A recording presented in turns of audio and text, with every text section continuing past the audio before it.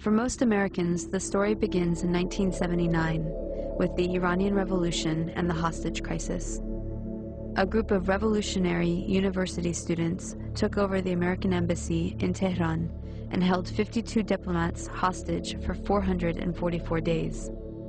To help burn this into the American narrative, the news show Nightline was created with a nightly tally of the number of days since the crisis started. But to really understand, we have to go back to 1953, which is where the story begins for most Iranians. This was the year that the U.S. overthrew Iran's democracy and installed the Shah, a pro-U.S. dictator. 60 years ago, Iranian military officers backed by U.S. and British intelligence agencies initiated a coup d'etat. The coup toppled Iran's first democratically elected government and its popular Prime Minister Mohammad Mossadegh, and is widely credited with fueling the hostility against the West that culminated decades later with the 1979 Islamic Revolution. The United States and Britain toppled a democratically elected government in order to maintain their interests in Iran. Democracy is an instrument for them. They care about whatever serves their interests. On different occasions, the American officials have admitted their country's role in the 1953 coup in Iran. The last admission has just been made by the United States Central Intelligence Agency. The CIA has just unveiled new documents that confirm Washington's direct role in Iran's 1953 coup. Documents provide new details on Mossadegh's overthrow and its aftermath. This is believed to be CIA's first formal acknowledgement that the agency helped plan and execute the coup. One of the documents shows the disposition of thugs and ruffians paid to demonstrate by coup organizers early on August 19, 1953. In 1951, Dr. Mohammad Mossadegh was the first elected official who was appointed as Prime Minister of Iran by popular demand. He saw that the wealth needed to build Iran was leaving the country because over the past 50 years, its vast oil reserves were under British control at the hands of the Anglo-Iranian Oil Company, later to become BP, or British Petroleum. So Mossadegh became hugely popular for nationalizing the oil industry and taking back the oil. Hugely popular at home, but quite unpopular with the British government. Britain took Iran to the World Court over the matter and lost. They tried to hit Iran's economy by blockading the Gulf and halting trade. They tried to convince the U.S. to assist with regime change, but then President Truman was not interested. However, when U.S. President Eisenhower took office in 1953, Britain was able to persuade him under the Cold War pretext that Mossadegh relied on Iran's Communist Party for power. The newly formed CIA was sent to engineer a coup, codenamed Operation Ajax. Iran's monarch, the Shah, returned to power. He had previously been weakened by the new parliament, a short democratic experiment designed to limit his powers. After 1953, he returned fully backed by UK and US power, and the oil was soon flowing under control of Britain, America, the Netherlands, and France. The Shah became increasingly arrogant, opulent, and autocratic over his 25-year rule. He instilled fear in the population with a secret police known as Savak, created by the American CIA and Israeli Mossad, that tortured and imprisoned those who dared to dissent. He crushed all political opposition. Troops were sent to massacre demonstrators. He pushed a white revolution to modernize and westernize the country, giving women the right to vote and other reforms. But ultimately, he served the elites and created a huge economic gap for the poor masses. Powerful religious leaders saw that he was forcibly trying to rid Iran of Islam in a country that was 90% Muslim. One of the Shah's leading critics, Ayatollah Ruhollah Khomeini, was arrested and imprisoned for 18 months. After his release in 1964, Khomeini was sent into exile for 14 years.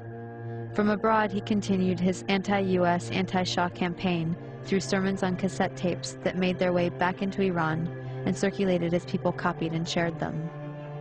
By the end of the 1970s, things had gotten so bad that major protests and the violence that followed were becoming a regular occurrence. The Shah declared martial law and banned demonstrations. This resulted in a huge protest and a general strike that shut down the economy.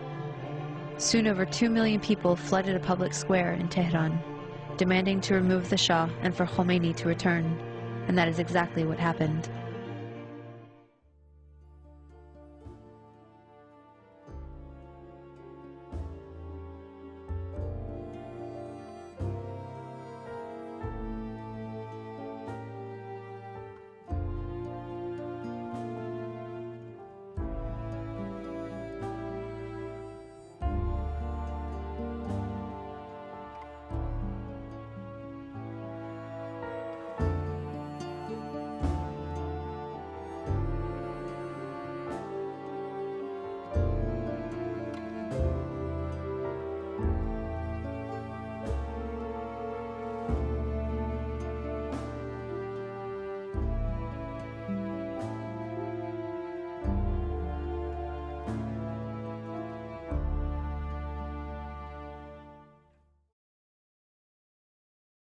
One important thing to note is that the CIA orchestrated the 1953 coup out of the very same American embassy in Tehran that was later the site of the hostage crisis, right after the Shah was overthrown by popular revolution in 1979. The students were convinced that once again the US had plans to overthrow their revolution. In fact, US President Carter did send a NATO general to instigate a military coup, but it failed. Iran and the US had an extradition treaty in force that obligated the Carter administration to return the Shah to Iran as an indicted criminal. The students had 4 demands: return the Shah to Iran for trial. He had been accepted into America for medical treatment. Return the Shah's wealth to the Iranian people. A promise from the US not to interfere in Iran's affairs in the future. And an apology and admission of guilt by the US for its past actions in Iran. The apology never came, but 20 years later, Secretary of State Madeleine Albright did acknowledge the US role in Mossadegh's overthrow. So Khomeini took power in 1979 and instituted a government under Islamic law. Within a year of the revolution, Saddam Hussein invaded Iran without provocation, seeking control of Iran's oil-rich Khuzestan region and key oil shipping waterways. The resulting Iran-Iraq War from 1980 to 1988 was the longest and one of the most devastating conventional wars of the century. At least 500,000 Iranians were killed. This war further cemented resentment of the US government as they were playing both sides. A war without material gain, yet one where Iraq could claim victory and pursue reward by seizing Kuwait, bringing the world to the edge of another conflict. For 50 years, Iraq's central worries had been the vulnerability of its oil fields and its need to cross other countries' land to pipe its oil because of its own narrow access to the Gulf. In an expansionist adventure, Iraq aimed to establish itself as a Gulf power by neutralizing its closest rival, Iran. Iraq invaded Iran in 7 areas: in the north to protect its own northern oil fields and to cut the strategic road to Tehran while protecting Baghdad; in the center to cut communications between northern and southern Iran; and in the south to grab the strategic towns in the Iranian oil fields. Iraq's forces were led personally by President Saddam Hussein, a strong-willed, intransigent man whose lack of military training made him a careless planner. He entered the war with no clear idea how to end it, consistently overestimated the abilities of his troops, and responded to setbacks by executing generals who retreated. For Iran, Hashemi Rafsanjani, Ayatollah Khomeini's most trusted lieutenant, was effectively the military leader for most of the war. Popular and charismatic, he had been sacked from the Shah's army for influencing troops towards the Islamic Revolution. He had a gift for simplifying complex tactics and became an ingenious and pragmatic commander. Inviting comparison with the First World War, Iraq made only minor territorial gains and, losing the initiative, built an artificial lake to protect Basra, its second city. Iran's obsession with capturing Basra would see them mounting repeated offensives through the marshes to the north, centered on the oil-rich Majnun Islands. On one hand, they were supporting Iraq, providing money, technology, and intelligence, including satellite photography, to help Iraqi bombing raids. The U.S. helped provide Saddam Hussein with weapons by giving him agricultural credits and pressuring Gulf states to give him billions in loans so he could buy weapons from Western Europe, China, and Russia. The U.S. Department of Commerce issued licenses to export materials for Iraq's weapons of mass destruction program. The U.S. continued its support even after learning that Iraq was using chemical weapons against Iran, not to mention against its own citizens, to stop an uprising of Kurdish separatists. But the imperialist tradition also called for maintaining regional balance of power. So the U.S. also armed Iran, not letting any one regional power get secure enough to dominate or to ally with its neighbors to challenge U.S. hegemony. In this case, it came in the form of the Iran-Contra scandal. I'm sorry, but you say that you believe in self-determination and that this lovely idea of let everybody decide for themselves. Yet, in Vietnam, in 1954, you refused to sign the Geneva Convention. You refused to allow independent elections in Vietnam.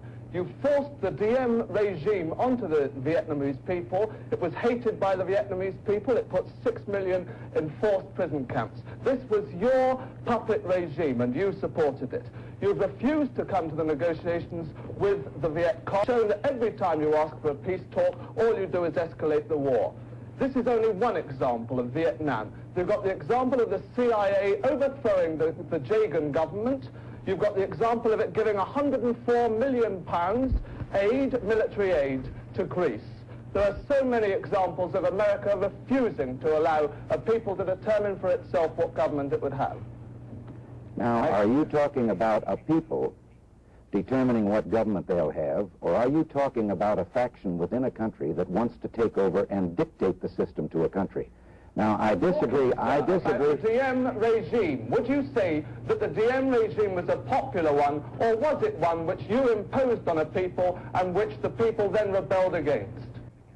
Governor, let's get Senator Kennedy in on this. We haven't heard on him for a while. What about your answer to Jordan's question, Senator? Well, why doesn't somebody ask me a question and then I'll answer it specifically? All right. Can I ask you the question then? Hands brought up again. Go ahead, Jordan. Self-determination principle of which Mr. Reagan made use seems to me to be violated by America's record, by its refusal to allow free elections, which was the suggestion of the Geneva Convention, by its supporting of... Okay, well, I understand now. I understand. I would say that there are, as I've said before, I think that there were mistakes that were made over the period of the last 10 years. There were mistakes in which I was involved. Excuse me? Sorry. Do you regard it as a mistake that 1 million civilians have been killed? If there are 1 million civilians have been killed, I would regard it as a mistake. I think that the civilians being killed in North Vietnam or South Vietnam, I think the terrorism that existed in North Vietnam was a mistake. I think the terrorism and the killings that took place in Hungary during the 1950s were a mistake, and I think that some of the actions of President Diem in South Vietnam were a mistake. I think that the United States at various times have been associated with governments which do not represent the will and the wish of the people, and I think that is most unfortunate. But I don't go on this program, and I don't think Governor Reagan goes on the program with saying that we've never made a mistake and that we've never erred, because I think that we have. U.S. President Reagan needed money to fund an unjustified war against Nicaragua, but was forbidden to do so by Congress. So U.S. arms were illegally sold to Iran through Israel and South Africa, and the proceeds went to the Nicaraguan Contras. This allowed Reagan to get around Congress to support a campaign of kidnap, rape, torture, and murder for which the U.S. was convicted by the World Court for unlawful use of force. In other words, state-sponsored international terrorism. The ruling was ignored. Khomeini died in 1989, shortly after the war ended. He promised democracy, but essentially had become the next dictator. Although he improved literacy and much-needed health care for the masses, he also imposed censorship, violently crushed political dissent, and attacked women's rights. Instead of the Savak, the people now had the Revolutionary Guard to fear. Since then, Iran has been an oppressive theocracy. Khomeini was replaced by Khamenei, who remains supreme leader to this day.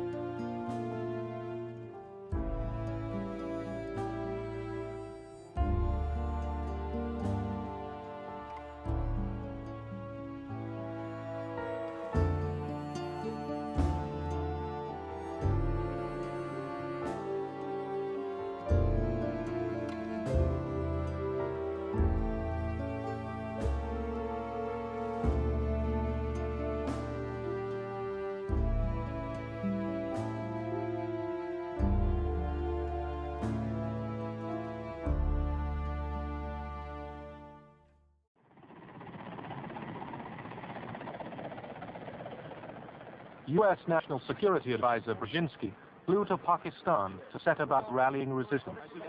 He wanted to arm the Mujahideen without revealing America's role. On the Afghan border near the Khyber Pass, he urged the soldiers of God to redouble their efforts. We know of their deep belief in God, and we are confident that their struggle will succeed. That land over there is yours. You'll go back to it one day because your fight will prevail and you'll have your homes and your mosques back again because your cause is right and God is on your side.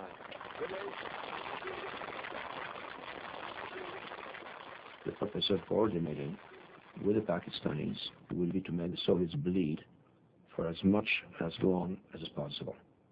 And if you know they can lick you, you better try and be friends with them, and that's what this effort was all about. I'm Peter Jennings in New York. Just a short while ago, astonishing news from East Germany, where the East German authorities have said, in essence, that the Berlin Wall doesn't mean anything anymore. The wall that the East Germans put up in 1961 to keep its people in will now be breached by anyone who wants to leave. Anyone who wants to leave East Germany and go anywhere in the world is free to do so. Yes, indeed. This was something that certainly wasn't anticipated in this form this quickly. We do know that the East Germans have been allowing their people to go out via Czechoslovakia since last Friday, and in that time, at least 50,000 people have departed. But I think this really has caught people in a way that it's difficult to imagine just precisely how this thing will manifest itself. No one had expected that something like this was about to happen. And my first act as president is a prayer. And I ask you to bow your heads. Heavenly Father, we bow our heads and thank you for your love. Accept our thanks for the peace that yields this day and the shared faith that makes its continuance likely. Make us strong to do your work, willing to heed and hear your will, and write on our hearts these words: use power to help people.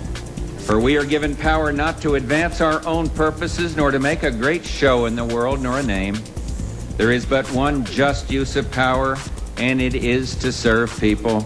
Help us remember, Lord. Amen. Good evening. The red flag came down over the Kremlin tonight as President Gorbachev resigned and brought to an end 7 decades of communist rule in the Soviet Union. Right to the last, Mr. Gorbachev said he was unhappy at the breakup of the country, but he pledged to do everything he could for the new Commonwealth of Independent Republics. The Russian President Boris Yeltsin now has his finger on the nuclear button. We have 2 reports from Moscow on the final hours of the Soviet Union. As Mikhail Gorbachev resigned, the Soviet and Russian flags still fluttered side by side above the Kremlin. But Mr. Gorbachev finally brought the curtain down on the Soviet Union and his own extraordinary career. Compatriots, due to the situation which has evolved as a result of the formation of the Commonwealth of Independent States, I hereby discontinue my activities at the post of President of the USSR.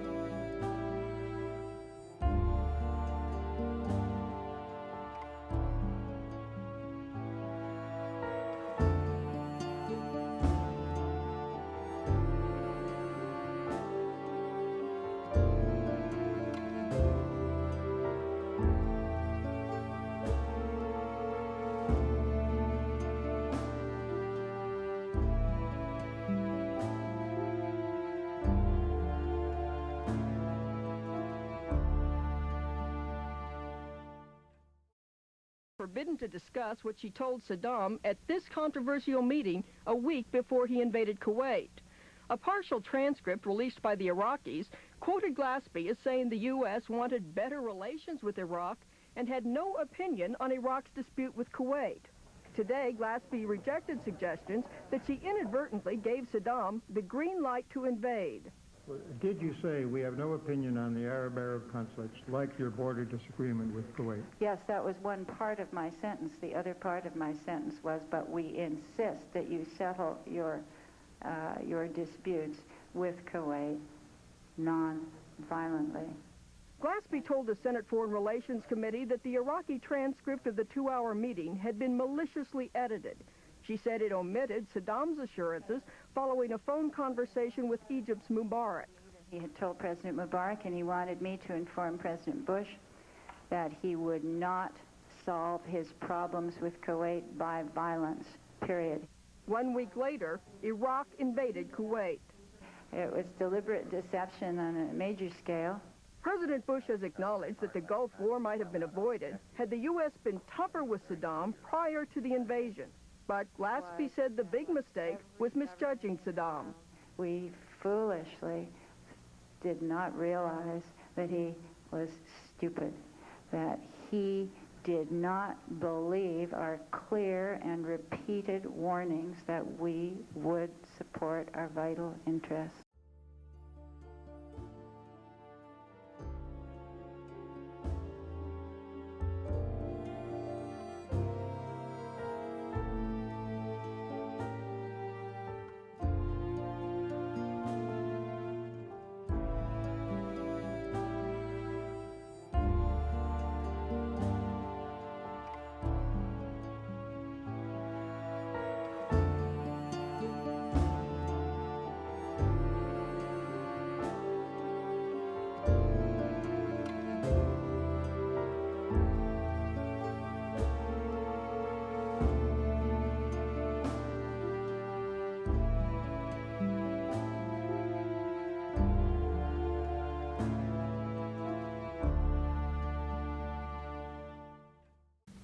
Mr. Chairman and members of the committee, my name is Naira, and I just came out of Kuwait. My mother and I were in Kuwait on August 2nd for a peaceful summer holiday. My older sister had a baby on July 29th, and we wanted to spend some time in Kuwait with her. I only pray that none of my 10th grade classmates had a summer vacation like I did. I may have wished sometime that I could be an adult, that I could grow up quickly. What I saw happen to the children of Kuwait and to my country has changed my life forever. It has changed the life of all Kuwaitis, young and old. We are children no more. My sister, with my 5-day-old nephew, traveled across the desert to safety. There was no milk available for the baby in Kuwait. They barely escaped when their car was stuck in the desert sand, and help came from Saudi Arabia. I stayed behind and wanted to do something for my country. The second week after an invasion, I volunteered at the Al-Adan hospital with 12 other women who wanted to help as well. I was the youngest volunteer. The other women were from 20 to 30 years old. While I was there, I saw the Iraqi soldiers come into the hospital with guns. They took the babies out of the incubators, and left the children to die on the cold floor. It was horrifying. I could not help but think of my nephew, who, if born premature, might have died that day as well. After I left the hospital, some of my friends and I distributed flyers condemning the Iraqi invasion until we were warned we might be killed if the Iraqis saw us. The Iraqis have destroyed everything in Kuwait. They stripped the supermarkets of food, the pharmacies of medicine, the factories of medical supplies, ransacked our houses, and tortured neighbors and friends. I saw and talked to a friend of mine after his torture and released by the Iraqis. He is 22, but he looked as though he could have been an old man. The Iraqis dunked his head into a swimming pool until he almost drowned. They pulled out his fingernails and applied electric shock to sensitive private parts of his body. He was lucky to survive. If an Iraqi soldier was found dead in a neighborhood, they burned to the ground all the houses in the general vicinity and would not let firefighters come until only ash and rubble was left. The Iraqis were making fun of President Bush and verbally and physically abusing my family and me on our way out of Kuwait. We only did so because life in Kuwait became unbearable. They have forced us to hide, burn, or destroy everything identifying our country and our government. I want to emphasize that Kuwait is our mother and the Emir our father. We repeated this on the roofs of our houses in Kuwait until the Iraqis began shooting at us. And we shall repeat it again. I am glad I am 15, old enough to remember Kuwait before Saddam Hussein destroyed it, and young enough to rebuild it. Thank you. Break it down, break it down, down like this.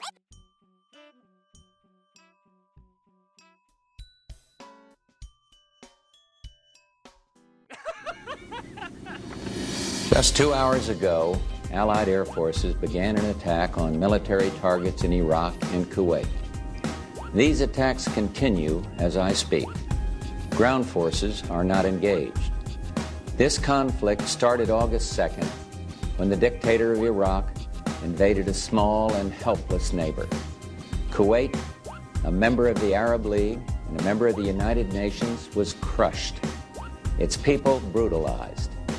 5 months ago, Saddam Hussein started this cruel war against Kuwait. Tonight, the battle has been joined.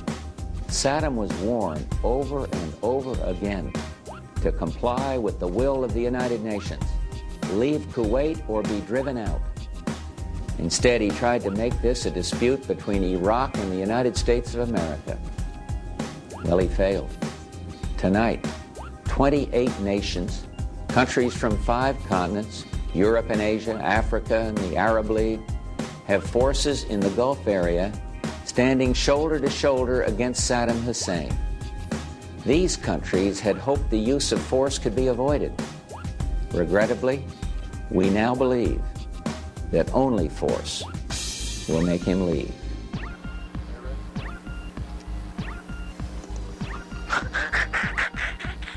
Boy, did I almost look stupid.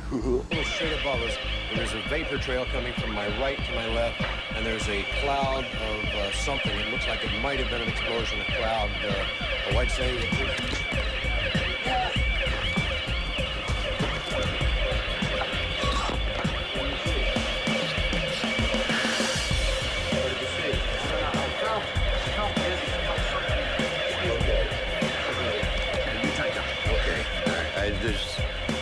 my apologies for that. He's putting on a gas mask. There hasn't been any gas dropped here that we could tell. You smell anything? No. You may smell some of the fumes from a missile exhaust going off. Missiles use a rocket, a cordite, some sort of burning. You know, we armed Iraq. I wondered about that too. You know, during the Persian Gulf War, those intelligence reports would come out. Iraq, incredible weapons, incredible weapons. How do you know that? Well,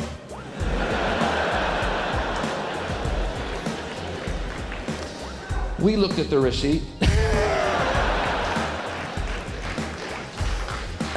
But as soon as that check clears, we're going in. What time's the bank open? 8? We're going in at 9.